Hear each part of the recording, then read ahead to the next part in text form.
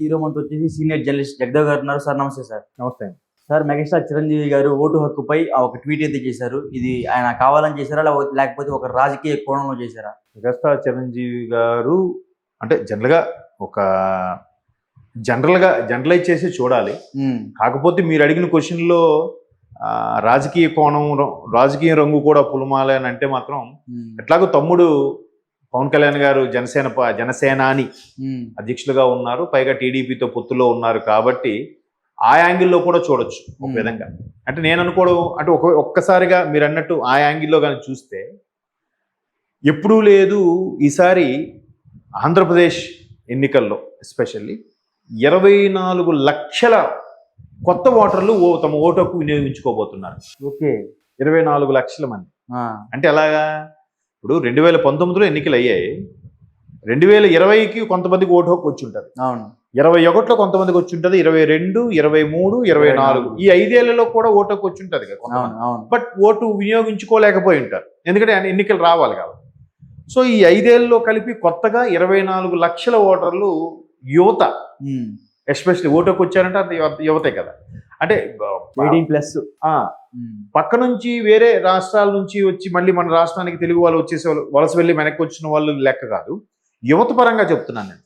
So వాళ్ళందరూ కూడా ఇప్పుడు కూడా ఎవరైనా ఘంటాపదంగా చెప్పేది ఏంటంటే యువత చేతిలో ఉంది దేశ భవిత అని చెప్తాం. సింపుల్ డైలాగ్, దానికి చాలా డెప్త్ మీనింగ్ ఉంది.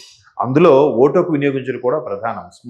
చాలా మంది అంటారు, మొన్న మా కొలీగు ఇలాగే ఇక్కడ తెలంగాణలో ఓటు వేసేటప్పుడు ఆ పర్టికులర్ నియోజకవర్గంలో ఆయనకు ఒక పార్టీ అంటే ఇష్టం, బట్ ఆ పార్టీకి సంబంధించిన వ్యక్తి అక్కడ ఉన్నాడు కానీ డమ్మీ, రెగ్యులర్గా ఒక ఎమ్మెల్యేనే గెలుస్తుంటాడంట.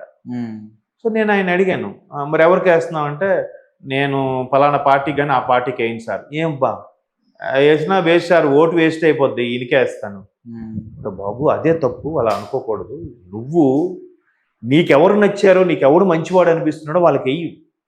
గుడ్డిగా వాళ్ళు ఎవరో వేస్తున్నారు, వాళ్ళు ఏదో డబ్బు పంచుతున్నారు అని కాకుండా అట్లా వెయ్యి. అంటే వేసినా వేసారు, ఆడు గెలవడు సార్ అన్నాడు.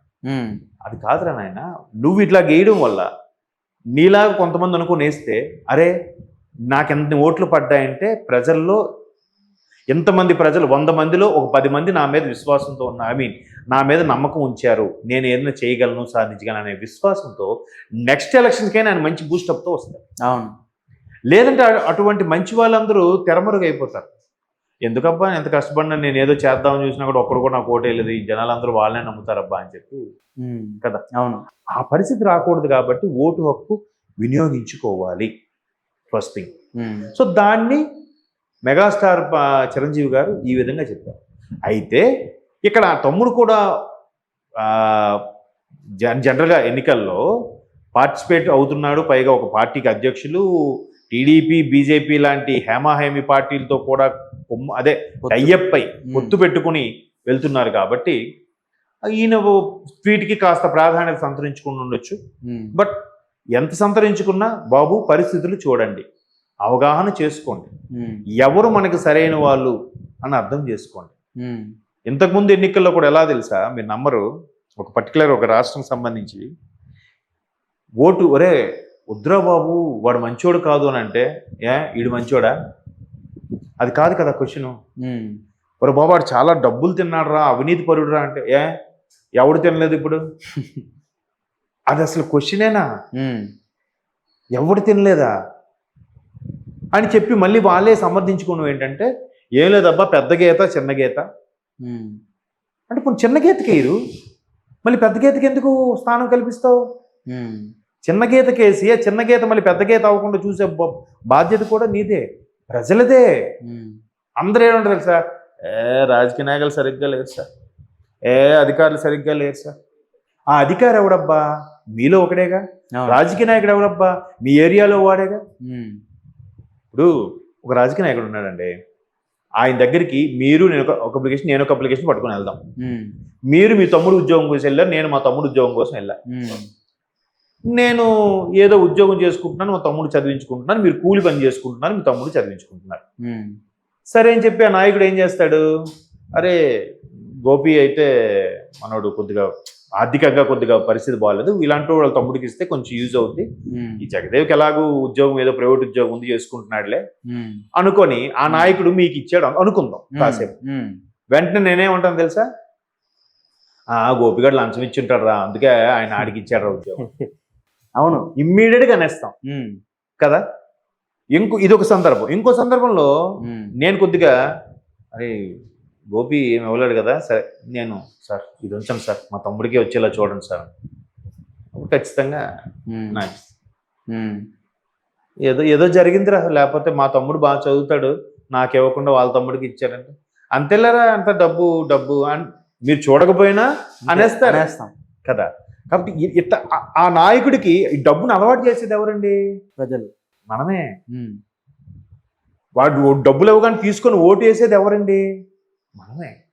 సో వీటన్నిటిని దృష్టిలో పెట్టుకొని చిరంజీవి లాంటి అంత ఫ్యాన్ బేస్, అంత ఫాలోయింగ్ ఉన్న వ్యక్తులు ఇట్లా చెప్తే మంచిదేగా. చూడండి, మంచి వాళ్ళకి ఎన్నుకోండి, ప్రతి ఒక్కరు ఓటు హక్కు వినియోగించుకోండి. ఓటు ఒకరు సెలవు ఇచ్చాడరా, సిట్టింగ్ వేసేద్దాం, ఫ్రెండ్స్తో దావత్ చేసుకుందాం, లేదంటే అవుటింగ్కి వెళ్ళిపోదాం, ఫలానా ఇక్కడికి వెళ్దాం అక్కడికి వెళ్దాం, బైకుల మీద వెళ్దాం, ఇవి కాదు. ఖచ్చితంగా ఓటు హక్కు వినియోగించుకోవాలి. నువ్వు వినియోగించుకోకపోతే నీది ఇంకోవడం చేస్తాడు. దీని మీద ఒక సినిమా కూడా వచ్చింది, మీరు విజయ్ సినిమా, అవును గుర్తుందా, తమిళ్ రీమేక్ సినిమా, అట్లా కూడా జరుగుతుంటాయి. కాబట్టి ఎవరు ఓటు వినియోగించుకోండి. ఎవరికైతే ఓటు లేదో, అక్కడికి వెళ్ళిన తర్వాత కూడా లిస్టులో పేరు దొరకలేదో వాళ్ళు ఖచ్చితంగా గట్టిగా ప్రతిఘటించండి. వేరే వాడు ఛాన్స్ ఇవ్వకండి.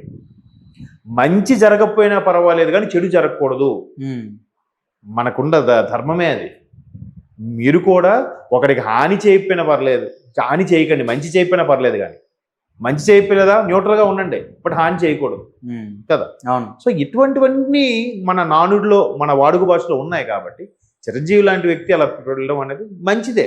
అలా చెప్పడం, ఇప్పటి నుంచి కూడా చెప్పడం వల్ల ఏంటంటే, అరే కొంతమంది అందులో ఒకరిద్దరు మారినా హ్యాపీయే కదా అతని ఫ్యాన్స్గా. ఇప్పుడే చెప్పడంలో ఉద్దేశం, ఇంకా ఎలక్షన్స్ టైం ఉంది కదా, ఇప్పుడు ఎందుకు చెప్పారు, ఇప్పుడు నుండి చెప్తే ఎలక్షన్ డేట్ ప్రకారము వెంటనే అలర్ట్ అయ్యి ఆ టైంకి ఆ డేట్కి రిజర్వేషన్లో, bus reservation, train reservation, flight book చేసుకుని పెట్టుకుంటాడు. ఢిల్లీలో ఉన్నాడు ఇక్కడ రావాలి, లేదా కాశ్మీర్లో ఉన్నాడు ఇక్కడికి వచ్చి ఓటు వేయాలి, ఉంటాయి కదా. అవును. సో ముందు చెప్పడం వల్ల అదొక బెనిఫిట్. దానికి కూడా మళ్ళీ రాజకీయం చేసేవాళ్ళు అంటారు, ఇప్పటి నుంచి ఎందుకు చెప్పాడైనా, తమ్ముడు ఏదో చెప్పుంటాడు చెప్పమని అందుకు చెప్పాడు, అలా కూడా అనేవాళ్ళు అంటారు. చూడకపోయి ఈడేదో పక్కన చూసినట్టు. అందరూ ఓటు వినియోగించుకోవాలి. నా ఓటు వేస్ట్ అయిపోద్ది సార్, ఆడికి వేసినా వేస్ట్ సార్, గెలవడు సార్, అలా అనుకోవద్దు. అందుకే ఇలాంటి వాళ్ళు ఉంటారు కాబట్టి, అక్కడ అభ్యర్థి నచ్చలేదు అనుకోండి, నోటా సిస్టమ్ పెట్టింది అందుకేగా. నోటా అనేది ఒకటి ఉంది, ఐడియా ఉందా?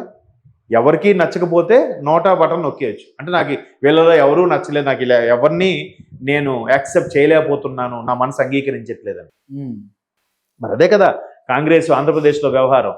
నోటా కన్నా తక్కువ ఓటింగ్ పర్సెంటేజ్ వచ్చిందట కాంగ్రెస్కి గతసారి, 1.28 అంత వచ్చింది, నోటాకి 1.33 వచ్చింది. అంటే ఉన్న అభ్యర్థులు ఎవడు మాకు నచ్చలేదు అనే దీని మీద.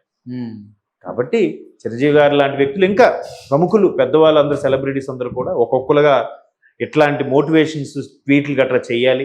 ప్రతి ఒక్కరికి కూడా ఎలక్షన్ కమిషన్తో బ్రాండ్ అంబాసిడర్గా టైఅప్ అయ్యి ఎవరికి వాళ్ళు ఓటుకు వినియోగించుకోవాలని చెప్పాలి.